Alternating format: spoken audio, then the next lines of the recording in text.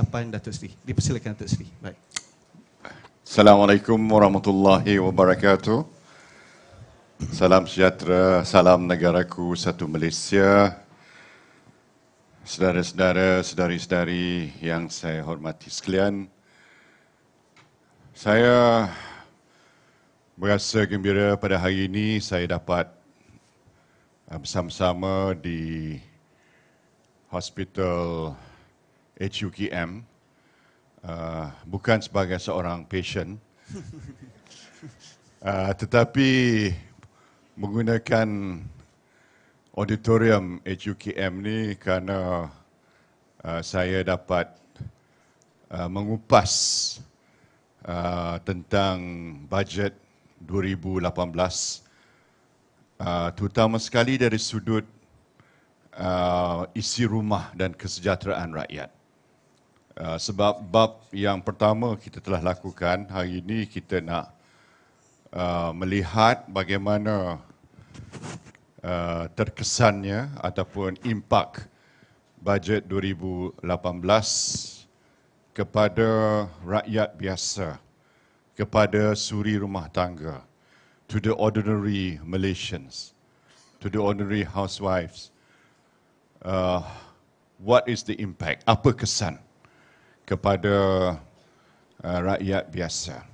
Sebelum tu saya nak ucap kongsi facai dan Sinian Kuala kepada rakyat Malaysia keturunan Tionghoa. Ada, some of you are here. I noticed one is here, the social activist dengan program ambulans 10 ringgit. There you are, there you are. Very good. Continue with that, that is highly commendable. Dan kita melihat bahawa alhamdulillah negara kita ni negara yang aman dan indah. I know it sounds a bit of a cliche every time we say that negara Malaysia negara aman, dan banyak juga keistimewaannya, keindahan yang unik pada Malaysia. But it's something that kita tak seharusnya lupa ataupun take for granted, because you only value something when you don't have it anymore. You only treasure something when you've lost it. Like sometimes you take for granted your parents. You might even take your wife for granted. Hey, I'm not supposed to say this, but if you don't have your parents, for example, something were to happen to them, then you realize that, these things that you have taken for granted actually matters to you, actually makes a huge difference to you, This morning, when I was having breakfast, I just looked at the TV, and, there were children in Syria, in this town. They've lost their parents.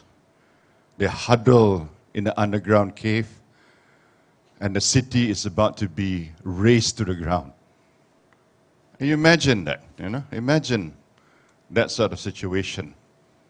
But Alhamdulillah, Malaysia, we have a lot to be thankful for.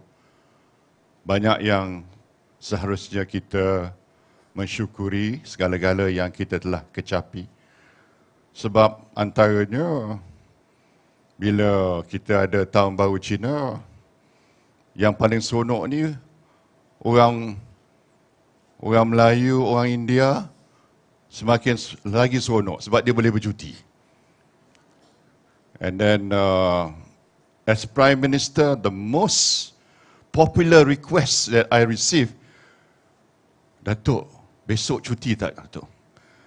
Dia bila menang bola, dia nak cuti. Menang badminton, dia nak cuti. Any excuse, dia nak cuti. That's our Malaysian.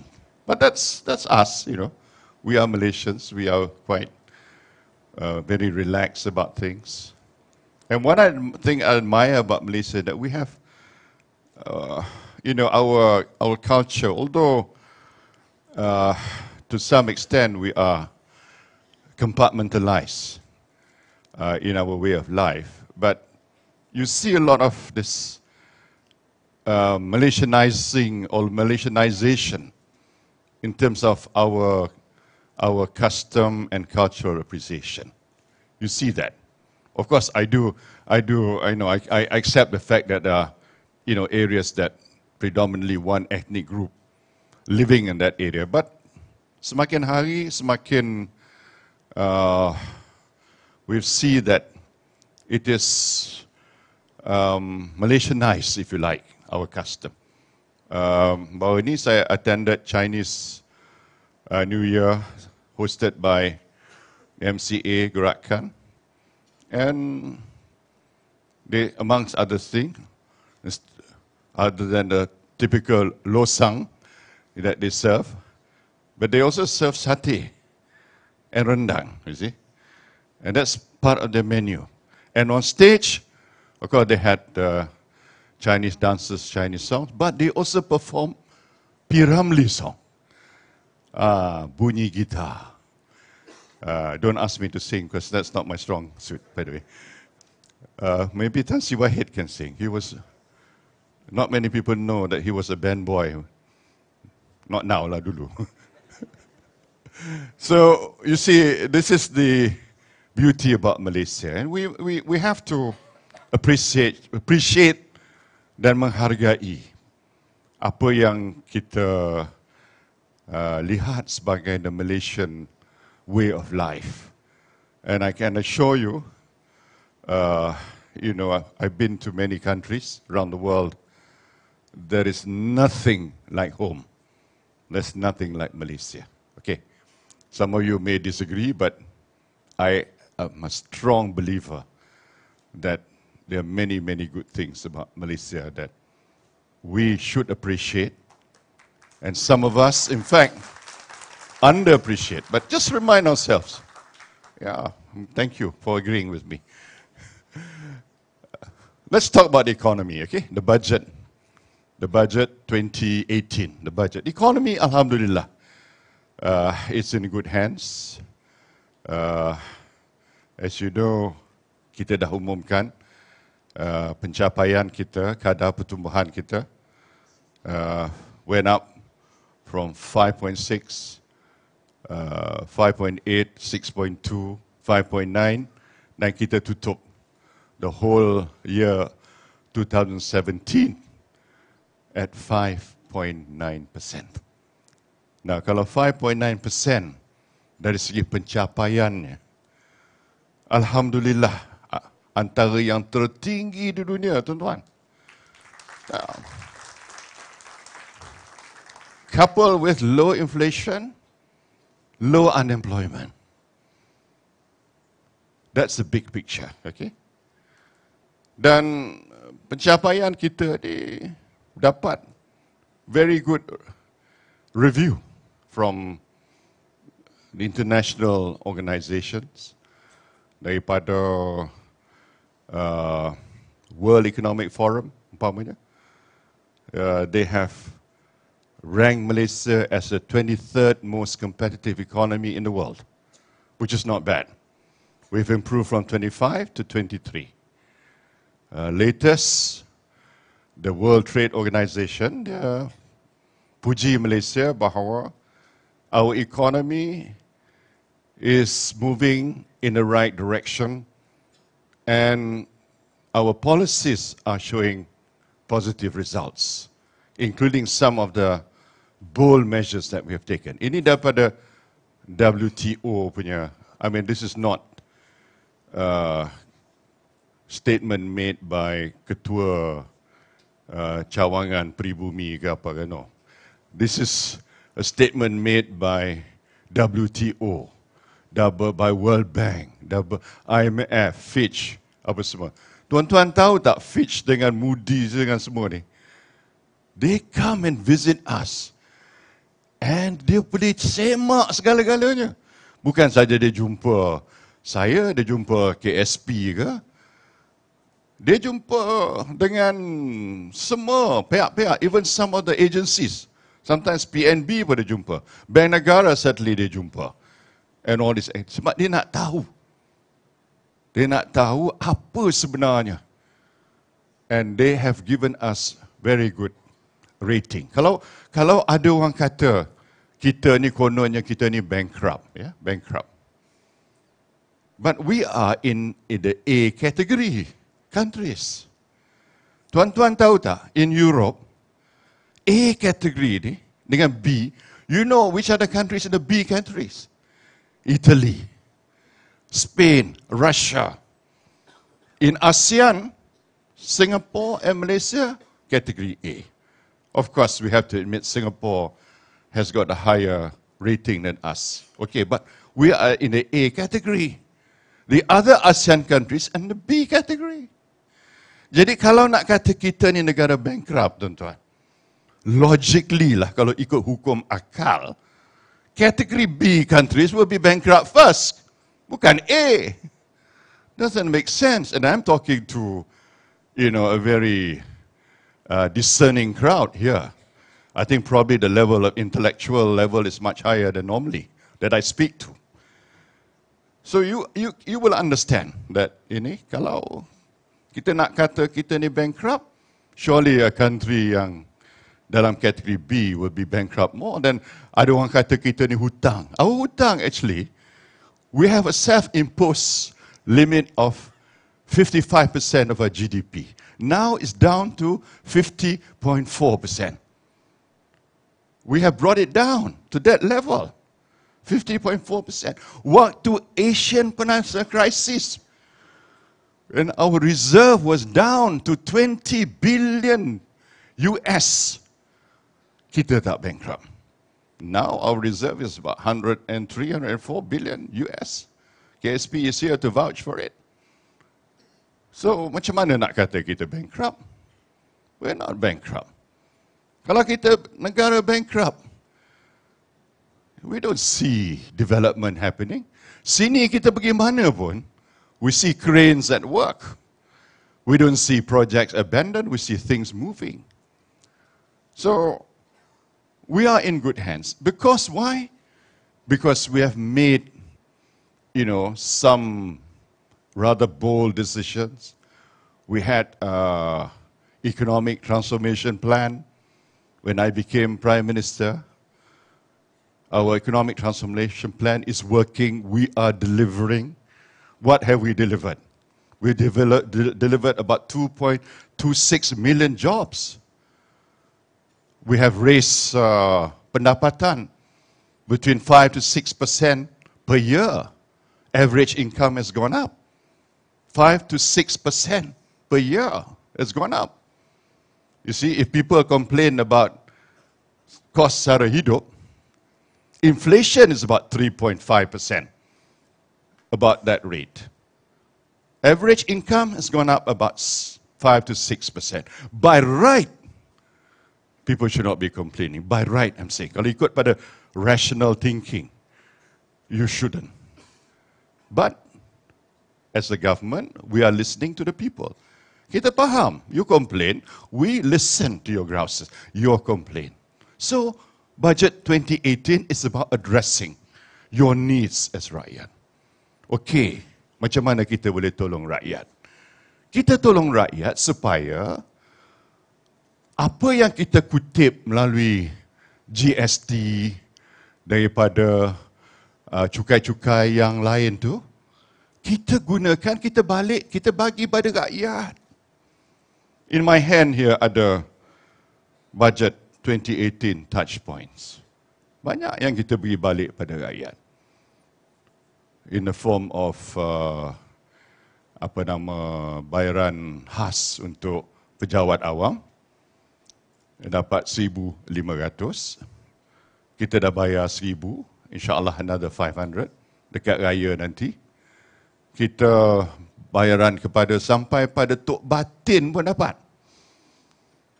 Imam Bilal, Tok Siak, Tok Batin, Ketua Kampung, semua dapat. Imagine, the extent of our inclusivity yang kita beri. Sebab apa? Sebab our revenue base is strong, or at least stronger.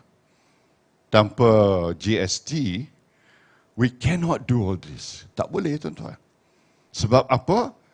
Daripada 14 juta orang bekerja, yang bayar cukai cuma 2 juta saja. Only 2 million pay tax, but the 2 million is supporting 30 million people. You cannot sustain.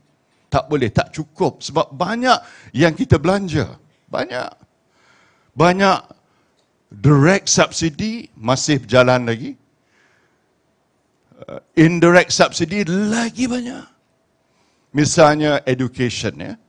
In the field of education.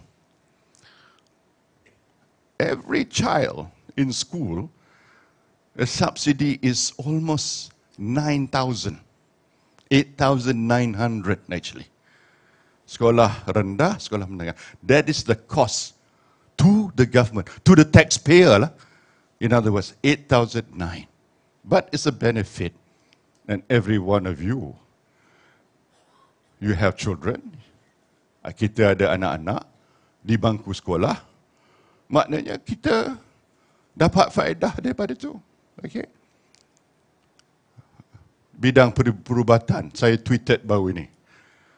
Kalau swasta, bidang perubatan, it's almost 300,000, 298,000. Government is 9,000. Banyak tak? Dia punya subsidi. Ya, the KSU, pendidikan tinggi is here. She knows. Dan bidang perubatan, umpamanya kalau kita lahir anak di hospital swasta, Dr. Surinder, how much is it? Swasta.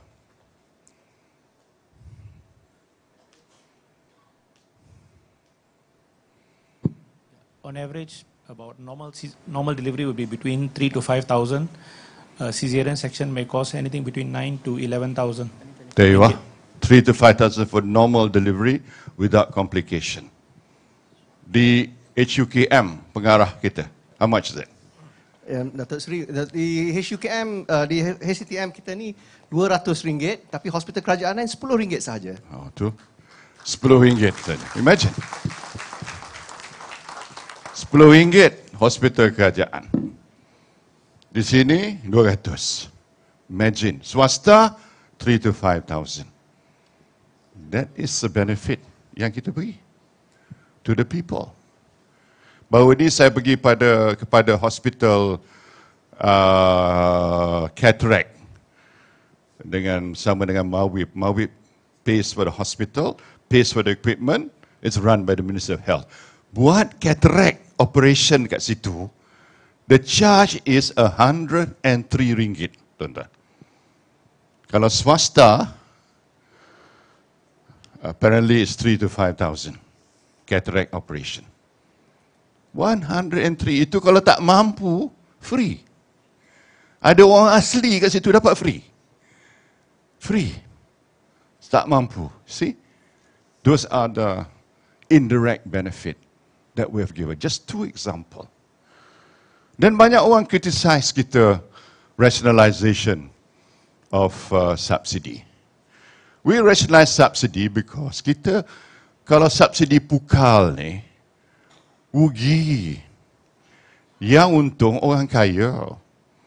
Beli kereta, pakai kereta.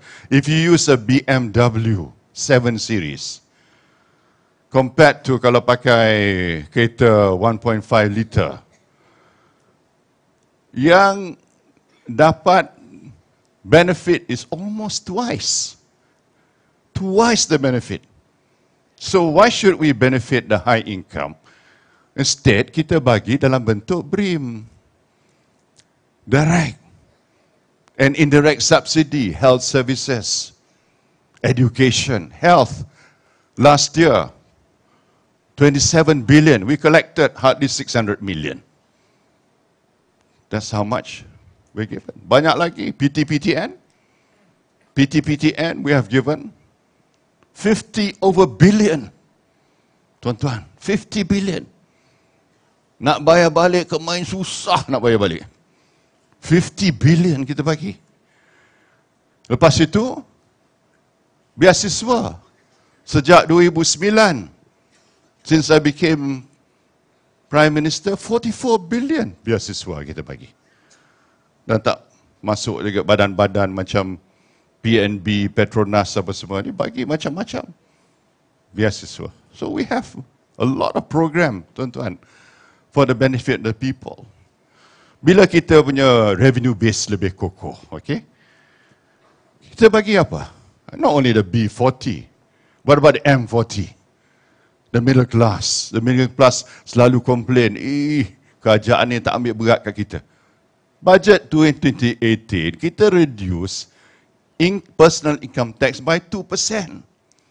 And that works out to about 750, 1,000 depending on the tax level, tax bracket. 2%, tuan. Apa lagi kita buat? Kita bagi macam lagi. Apa nama public transport, MRT. That's the benefit of the M40 group. Adam 50, we're going to launch. Semua orang dapat. Lahirnya anak tahun ini dapat. I hope it will encourage you to give birth this year. This year and the next year for 5 years. I want the birth rate to be quite high in Malaysia. That's good. But not an excuse for you to tambah lagi, ya. That's not an excuse. But, you know, kita nak lahir lebih banyak anak. If your factory can still produce, go on producing. Sebab kita nak encourage. So, kita buat Adam 50. And then, macam-macam lagi kita buat. The T50 pun untung juga. I mean, the top 20% ni, basically, they're all right. They're making quite a lot of money. It's okay. They're all right. But, you know, the M40, B40, believe me, this government will take care of you and will continue to take care of you. I can assure you. But there are times when we have to take unpopular decisions. I know, GST, unpopular decision. Tan Sri Wahid was in a cabinet. He knew how difficult. Tapi there are times when you have to take difficult decisions. Tuan-tuan, it's not easy to become Prime Minister. People always look at, you know, the nice part. Oh, dia naik ni motorcade, ada motosikal. That is just the outside. The anguish you face. The kind of, orang kata, tough decisions you have to make. And you know it's the right decision. What is easy if the right decision and is a popular decision? Oh, easy. Macam mansuh tol. Oh, very easy. Bukan easy lah. Maknanya, I don't believe that kalau kita kenakan tol on daily basis, it's good for the rakyat. Dah, I don't believe that. Tapi kalau North-South Highway, kalau KL Karak Highway, yes, once in a while you pakai. Tapi kalau hari-hari bayar tol, 2 kali, 4 kali, siapa pun sakit hati. So, I don't believe that. My predecessor was a great believer in toll. I do not like toll. Sebab tu Pen Borneo Highway tak ada toll for people Sabah Sarawak. Then, Batu Tiga, Sungai Rasau, Bukit Kayu Hitam, EDL, then Ceras punya toll before. Kita masuk. Wherever I can, I will hapuskan, abolish toll. Because I don't think it's good. Sakit hati dan creates jam, okay? But we can do it because I have to unravel some of this earlier decisions, legacy problem. I will unravel what I think is not to the interest of the people of Malaysia. That I will do. Jadi tuan-tuan sekalian, IPP, we have unraveled a very unpopular privatization. Sweetheart deal, I call it. Tak bayar pun kena bayar. Imagine, tak pakai energy pun kena bayar energy. What on earth kind of a privatization agreement is that? Ridiculous. So, kita review. Tol, kalau ada baki lagi, saya review balik. Yang mana terpaksa kita selamatkan. Too big to fail pula. Ada pula. Proton is too big to fail. Sebab the ecosystem is large. Yes. We make sure that Proton will survive. But we will restructure to make Proton competitive. You kalau jual 70,000 kereta, you cannot survive, tuan-tuan. You cannot survive. 70,000 cars. Mana boleh? But it's too big to fail. Okay, kita support. Kita bagi duit. Berapa? 1.5 billion. How many? I think about almost 3 billion injected into Proton. Mass failure privatization in those days. Kita rescue. Khazanah pump in 8 billion to turn around Mas, tuan-tuan. Ini semua kita buat. Untuk apa? Sebab we believe that kita boleh bawa negara kita ini kepada satu tahap yang lebih tinggi lagi. InsyaAllah, we will get there. We will reorganize mana yang tak betul. We move ahead. But I'm not saying that this is a government yang tak ada kesilapannya. Please, I am humble enough to admit there are weaknesses in the government. But we are prepared to learn from our mistakes and improve on the governance in Malaysia and get better. Yeah. There is no government in the world yang tak ada problem. Tengok sajalah CNN. Macam-macam cerita. Macam-macam. But put it in perspective, tuan-tuan, we have a lot going for us. InsyaAllah, we will get there. It's not easy, I know. Mungkin tuan-tuan tak tahu some of the difficult decisions I had to make. Probably the most difficult was during the MH17 crisis. Kapal terbang kita kena tembak. We lost so many people. The families were in anguish. They want to receive the remains of their loved ones. But kapal terbang itu jatuh dalam rebel-held territory. How do I get there? How do I get the black box? How do I, I had to find a way, tuan-tuan. So I call on the world leaders yang saya tahu. Saya in my mind saya kata, kalaupun orang tu rebel, there must be somebody yang kenal dia. Eventually saya dapat a world leader yang kenal dia. Saya telefon, saya cakap dengan ketua pemberontak pemisah. Dia tak boleh panggil pemberontak, marah pula dia. Ketua pemisah. Dan dia bagi jaminan kat saya bahawa he has got nothing, tak marah dengan kita. Dia nak bagi peluang untuk kita masuk, but only to Malaysia, dia kata. Kalau hantar orang lain, dia tak bagi. Only to Malaysia. So, saya telefon dia. Dan I conducted the operation myself because the level of secrecy, tak beritahu Panglima Angkatan Tentera, tak beritahu MKN. I called the officer concerned who was in Ukraine, in Kiev. Saya telefon dia. Zakri nama dia. Saya tersilap. Saya mula-mula panggil dia Major. Rupanya dalam tentera ni, kalau pangkat Colonel panggil Major, dia marah. Dia kata, Datuk, I am actually Colonel. Okay, sorry. You're not Major, you're Colonel. So, Colonel Zaki, the difficult decision was, do I send him in? What happens if he's shot at ke, jadi orang terbesar ke? But at the same time, the families here, asking, we want our loved ones, we want to bury them. What do? You take that risk or you don't. That is a difficult call, but I told myself that as Prime Minister, I must do what is the best interest of the people of Malaysia. So, dengan segala doa kehadrat Allah Subhanahu wa taala. Saya mohon supaya pasukan Malaysia masuk dengan selamat, bawa balik jenazahnya, the black box, dan at least there is a closure to the MH17. Walaupun orang yang bertanggungjawab belum lagi kita ambil apa-apa tindakan dari segi undang-undang, tapi at least for the families affected, they have managed to get back their loved ones. So that, I want to share with you some of the difficult, probably one of the most difficult, many other difficult decisions I had to make in my life.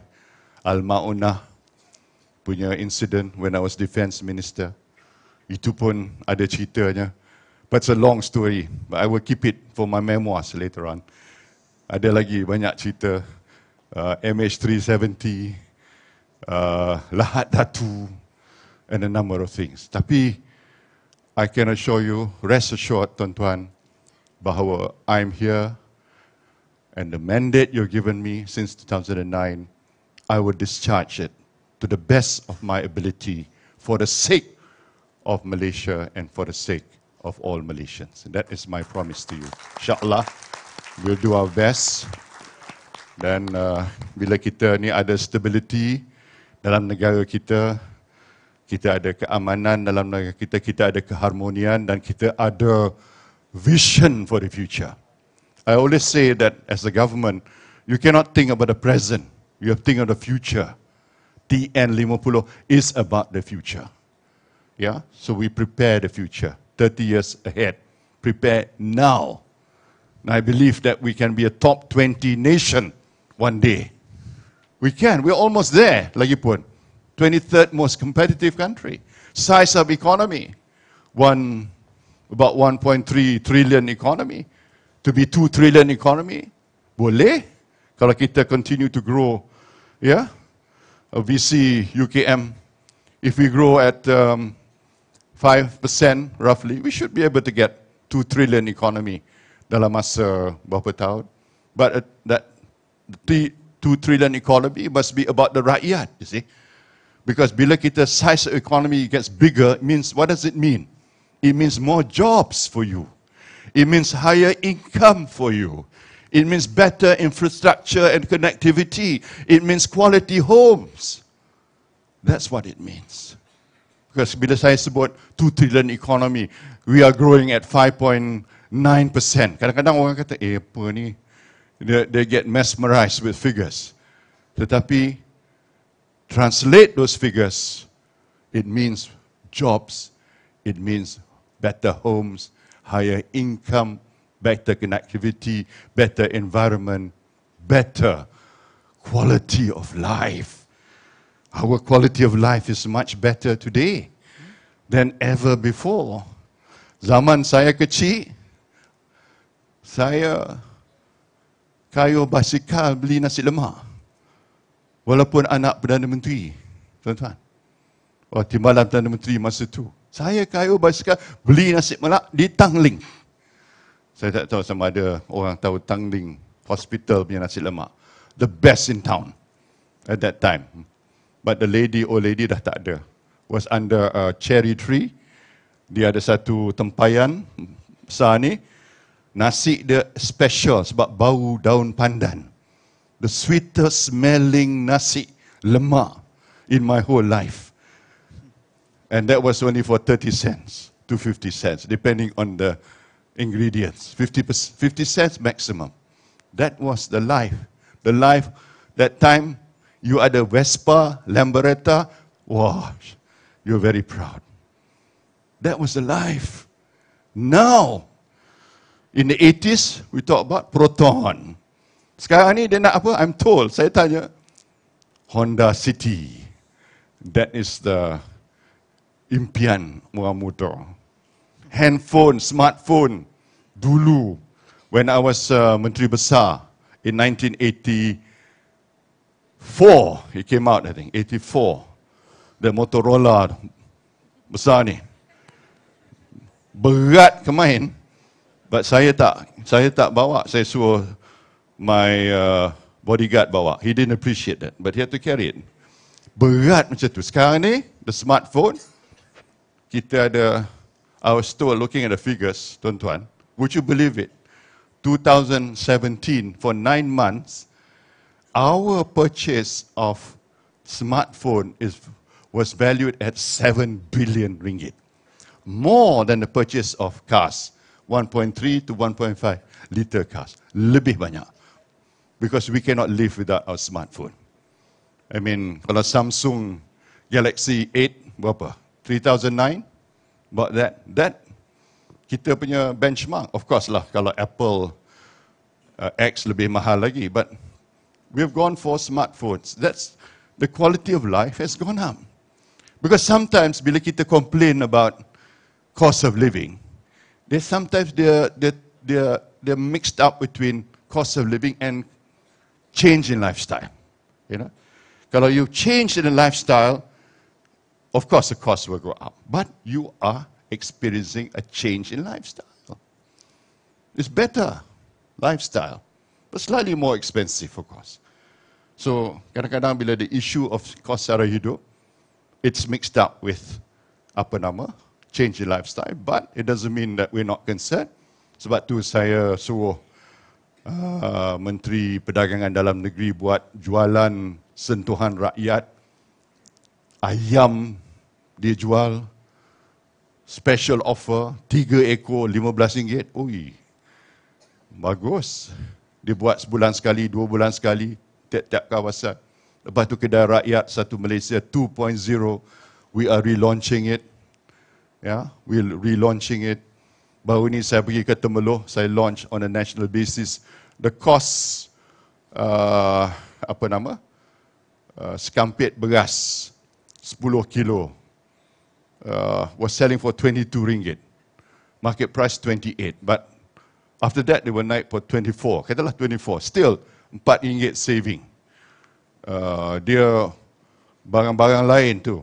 Malaysians ni they are very attached to certain brands. Orang asli pun dia suka brand. Kalau dia suka Milo tu Milo lah. If you offer a cocoa drink, somehow does not as good as Milo. That is, kita ni quite brand conscious. So Milo is been sold but at almost 2 ringgit lower than other places. Jadi inilah beza kita dengan kedai rakyat satu Malaysia. Kita tak buat produk yang tak ada jenama. We use the normal product yang ada jenama but at lower prices. Jadi inilah inisiatif kita untuk menangani kos masalah ataupun cabaran kos sara hidup. So I think kalau kita tahu macam mana to manage our own finances, insyaAllah, we'll be alright. You'll be quite comfortable in Malaysia. But believe me, we have big plans for Malaysia. Yeah, kita ada high-speed rail coming up. Kita ada East Coast Rail.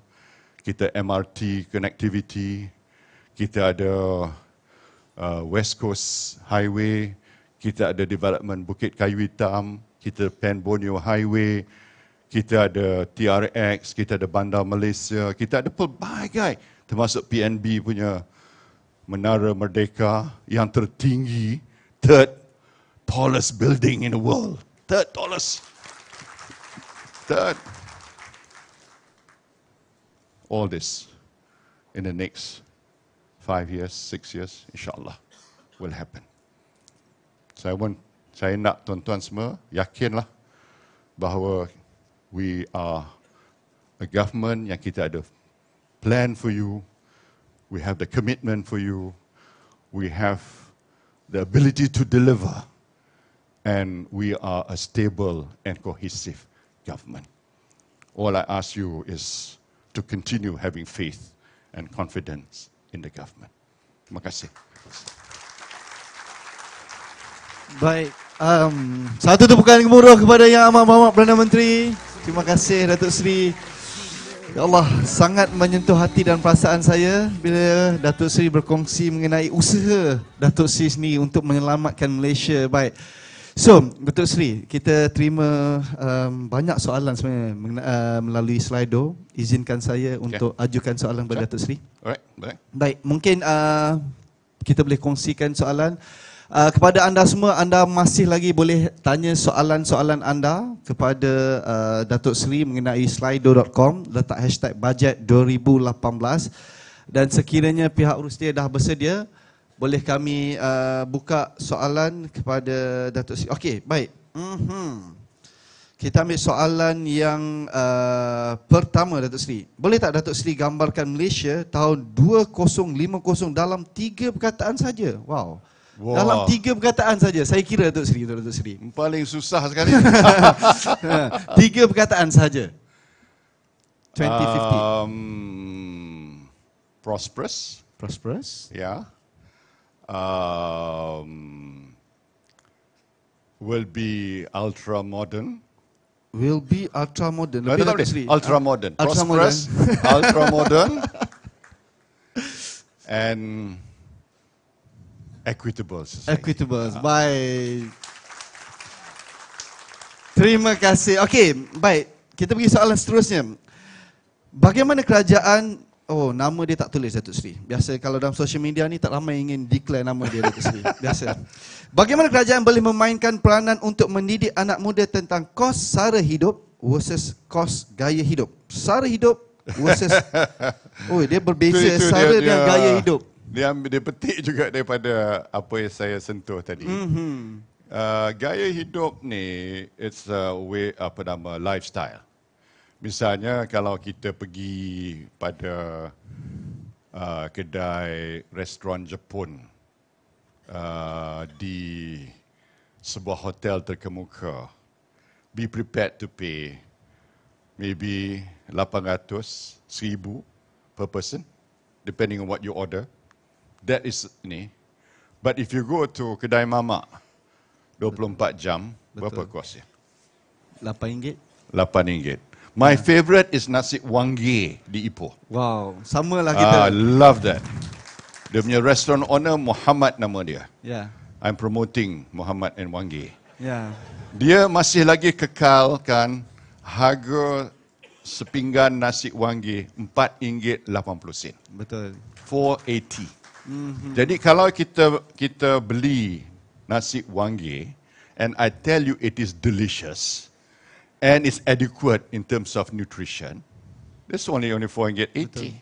Kenyang juga. But if kenyang juga, kalau pergi restoran Jepun, you bayar 1,000 pun kenyang juga. But the kenyang nasi wangi is nicer, different kenyang daripada restoran Jepun. I show you. Ya, So betul. there you are. You have a choice. Betul. You have a choice. Jadi it's about choice. Actually, gaya hidup is about choice, making the choice. So if you make the right choice, insyaAllah you'll be able to manage. Ini bukan berarti bahawa kita tak hendak orang kita ni semakin hidup dia semakin berkualiti. Yeah, of course we hope that they will progress upwards. But live within your means. If you live within your means, insyaAllah you'll be alright. Betul. Dia lebih kepada keperluan dan kehendak sebenarnya. Ya, betul. Pandangan saya.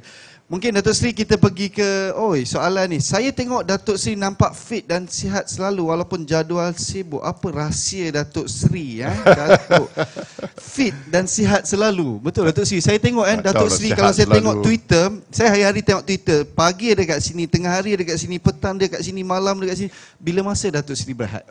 Dan bagaimana maintain, if you don't mind, how old are you Datuk Seri? How old? 46. 46. Ni viral ni. Kena pusingkan lah. Pusing kan? 64. Saya darab 2 baru sama dengan Datuk Seri. Wow, beza banyak tapi Datuk Seri still keep fit. Saya kalau all the way kerja dah penat. Macam mana Datuk Seri maintain Datuk Seri? Do you have time for exercise? Actually, like everybody else, ini Perdana Menteri pun is a normal human being. You have to see him as a normal human being, number one. So as a normal human being, it's all about life-work balance. So you must have time for exercise, for example. Exercise is very important. Dulu saya, 30 tahun dulu saya sembang dengan United States punya Secretary of State at that time. Dia kata, sleep is not so important, exercise is more important. That stuck in my mind. So even if you tak cukup masa, you got to find time to exercise, okay? And the right kind of exercise. There's also the wrong kind of exercise. You think you're exercising, but it's not exercising. Maksudnya? Maksudnya, kalau main golf, it is not exercise. Okay. It's not exercise. It is actually you burn some calories, but from the cardiovascular, it is not exercise. Okay. Because cardiovascular, you have to pump your heart rate. Ada formula dia. Okay. Dia 220 minus your age and 80%, 60 to 80% of that. That is the heart rate that you must maintain. Dr. Azhari. I need a calculator, please. I've learned from this.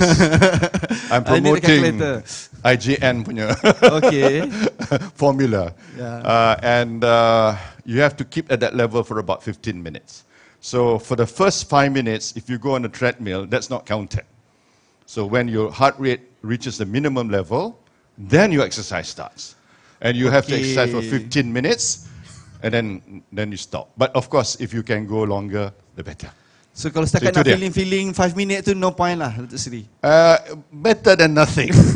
Put it this way. Tapi it's not really proper exercise. Tapi Datuk Seri ada masa ke Datuk Seri untuk maintain exercise? How many times a week? Well, not as often as I like to, because I like to eat. My problem is I love food. Okay. Like most Malaysians, we love our food. Nasi wanggil semua tu lah. Nasi wanggil semua saya suka. But I have to control. You know, I have to control. For example, I don't eat rice. I eat quinoa. My son introduced me to quinoa. Quinoa ni is more protein. Saya pun tak tahu quinoa tu. Quinoa, it comes from Peru. Okay. Because in Peru, the Incas lived on quinoa 3,000 years ago. It's protein based, so it's less carbohydrate, less sugar content. So it's better than rice. So I'm trying to find, kalau di Malaysia ni, whether you can grow quinoa equivalent or quinoa in Malaysia. That's healthier than rice. Wow. So these are the things that ini. And then elak daripada oily food, fried oily food. You know, that's. But you can still eat the same amount.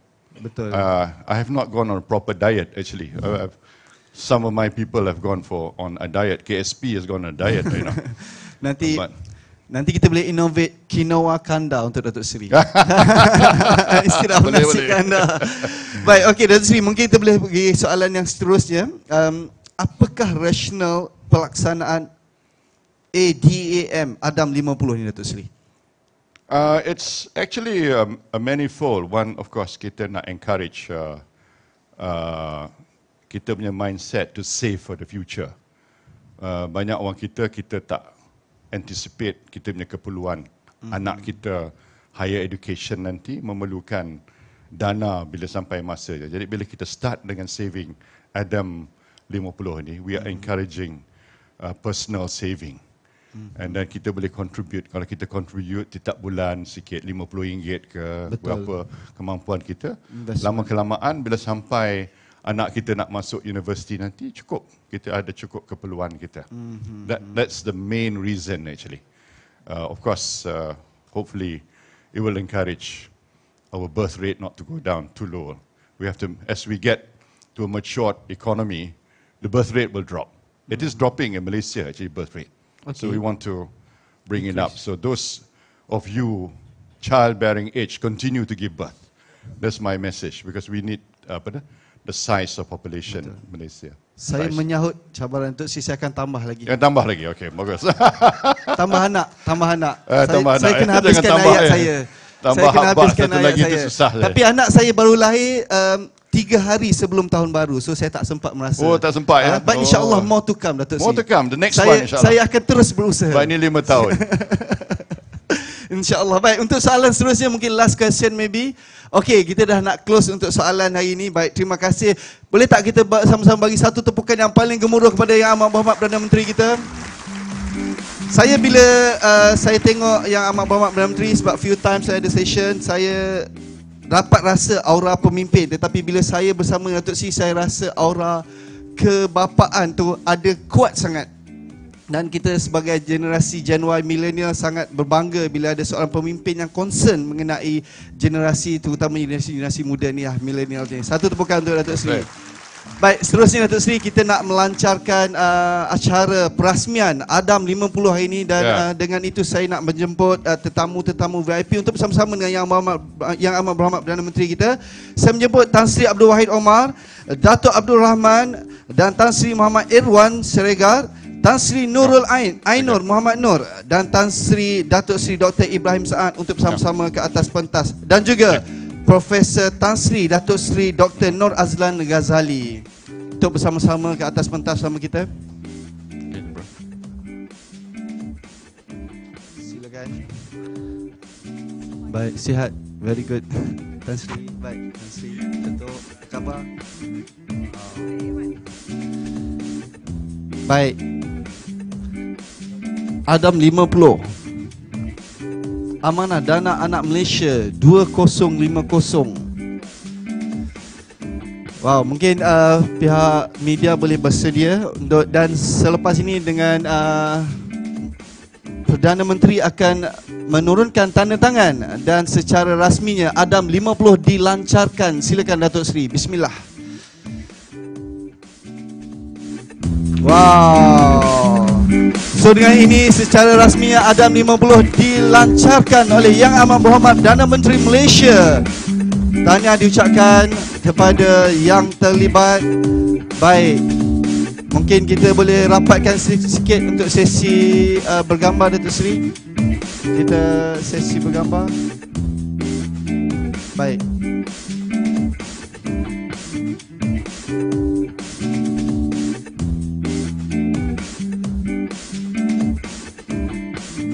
Baik, terima kasih diucapkan kepada Yang Amat Berhormat Perdana Menteri dan juga tetamu VIP. Terima kasih.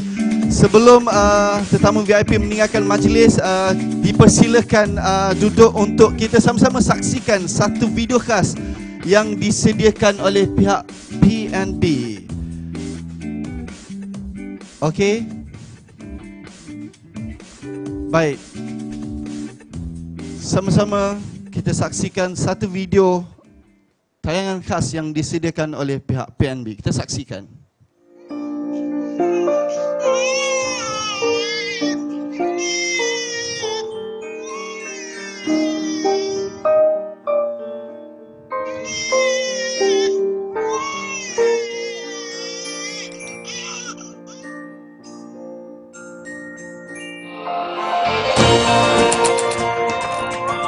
Setiap anak Malaysia yang dilahirkan bermula 1 Januari 2018 hingga 2022 dihadiahkan dana tabungan permulaan sebanyak RM200. Skim yang pertama kali diperkenalkan di negara ini akan dinamakan sebagai Amanah Dana Anak Malaysia 2050.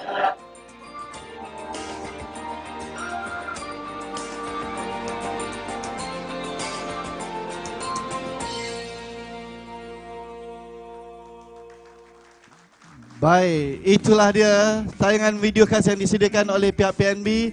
So dengan berakhirnya tayangan video, maka berakhirlah program kita pada pagi ini. Boleh tak lagi sekali kita sama-sama berdiri bagi tepukan yang amat gemuruh kepada Yang Amat Berhormat Perdana Menteri kita.